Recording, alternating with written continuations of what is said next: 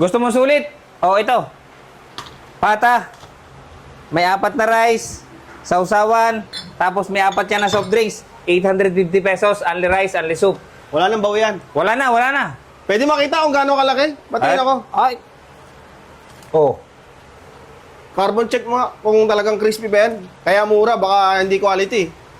Oh. Crispy check.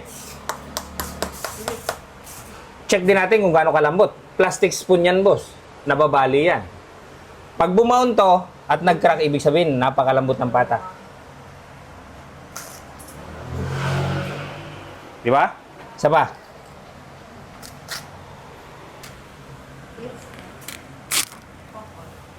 Anong masasabi mo, boss? Sa mga dadayo, ayan, located kami sa 150 Matatag Street, Barangay Central, Diliman, Quezon City. Likod lang kami ng Quezon City Hall.